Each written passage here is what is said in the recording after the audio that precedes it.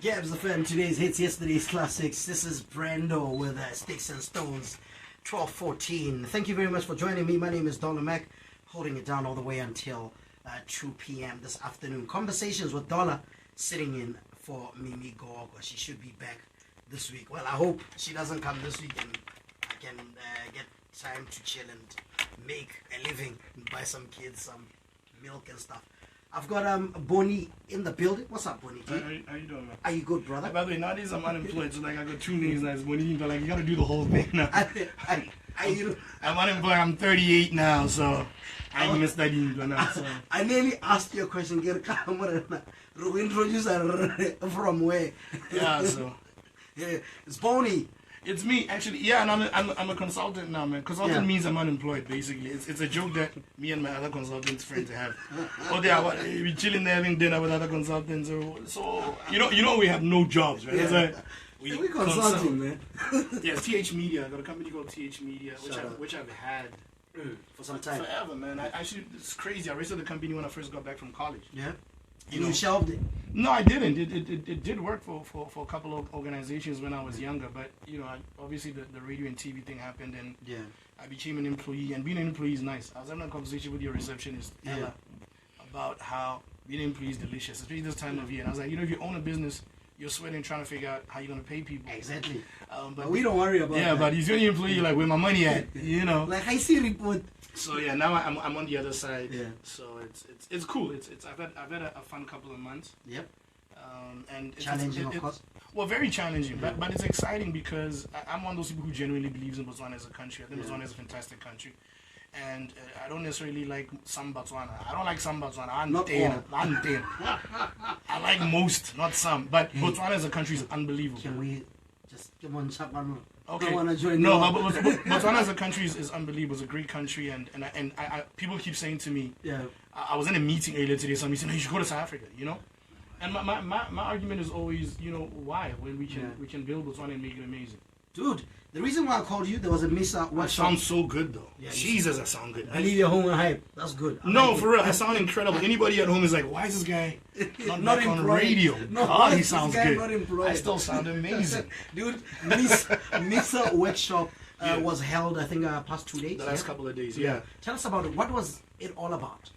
Well, it's really, really exciting. Every year, MISA, the Media Institute of Southern Africa, which represents, SADC countries, Namibia, Zimbabwe, Zambia, all of them, Botswana, South Africa. They host different workshops every year, annually, and this year I was invited to be one of the facilitators, to do a presentation. Yeah. And my presentation was on the future of media. The focus this year was quality control, as well as training institutes and how training institutes as well as different media houses can work together to improve quality. Because the argument that has been made, there was a presentation from Zimbabwe, which was weird because it was very, very similar to the presentation that Ramaphosa made from Botswana, from MISA, which was, we're finding that the quality of writing with print journalists is not great anymore.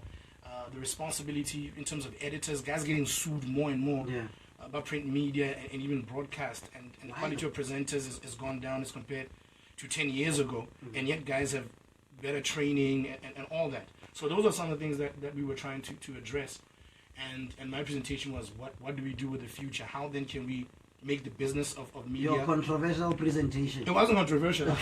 How can we make the business of media make more money for everybody in all aspects of the media, print and broadcasting, and how then do we make sure that the quality of talent, guys like you who are on air as well as producers and everybody, is world class, so that you can end up getting a call from BBC One Extra, say we $1 on our lineup, we'll pay him whatever he wants, and that for me is the dream. So I was talking about that. Well, speaking of, I talked about the future of media, and from a business perspective, the future of media is convergence.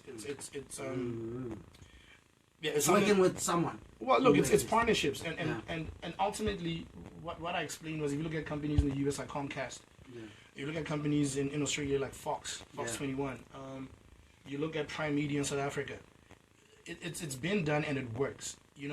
GabzFM should really partner with print, and they recently did that with Mail and Guardian. And now, wouldn't it be nice if GabzFM owned a piece of Mail and Guardian, and Mail and Guardian owned a piece of GabzFM?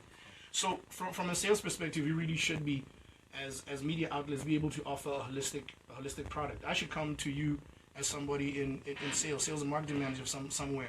Yeah. If you're Coca-Cola or Choppies, I should be able to say to you, listen, we have this great concept where this is what it's going to look like on print, in our magazine and in our newspaper. This is what it's going to look like, on air, on the radio. This is what it's going to sound like. This is going to look like on television. And this is how we're going to deliver it digitally.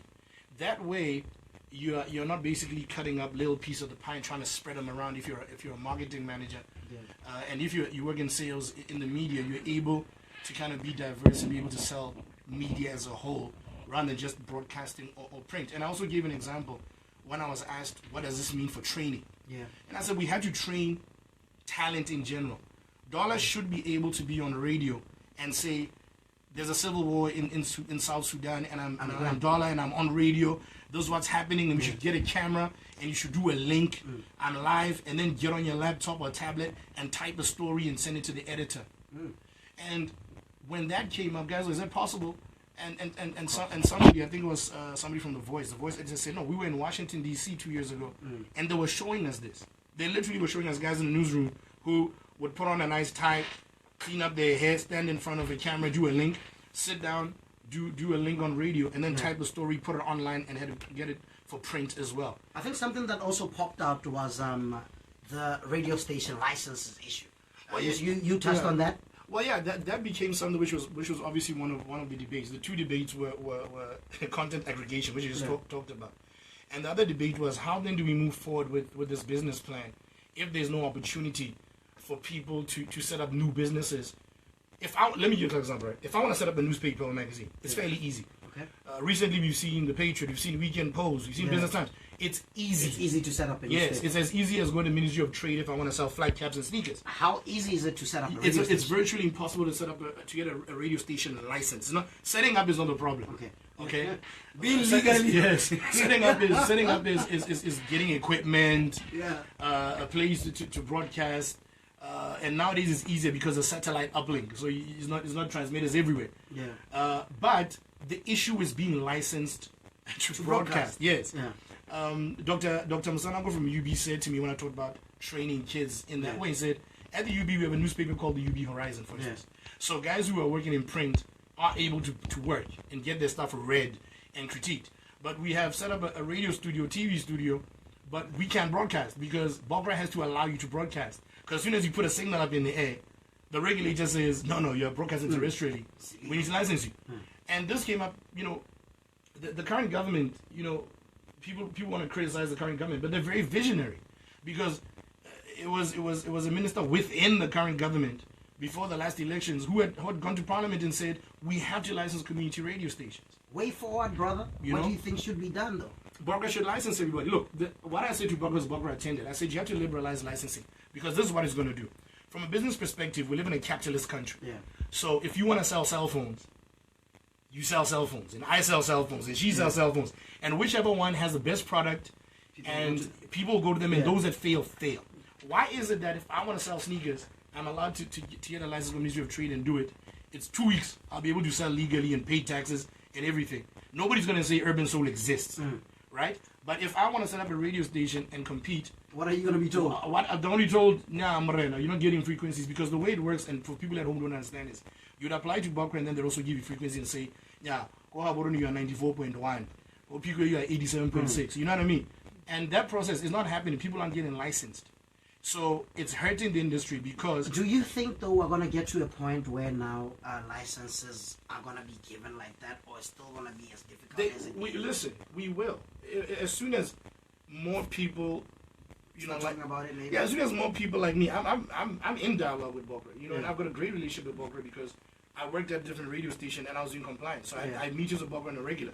Bokra, they're good people, and I'm not criticizing Bokra. I have a good relationship with them, but the advice that I was given was you have to license so that a guy like me doesn't have to be an employee for the rest of his life. Exactly. A guy like you doesn't have to be an employee for the rest of his life, and also the quality gets better. We complain about quality. What makes quality improve is that there's an alternate. For instance, I'm going to close with this. All right. I was in a meeting earlier today with somebody who's a marketing director at a corporate, right?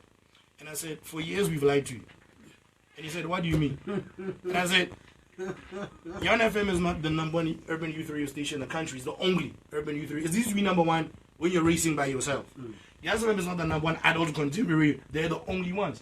And even as a marketer, if you want to sell to an older generation, you have to come to Gabz. If you want to sell to young people, you have to go to young. So how much of the money they're making earned, and how much of it is by default?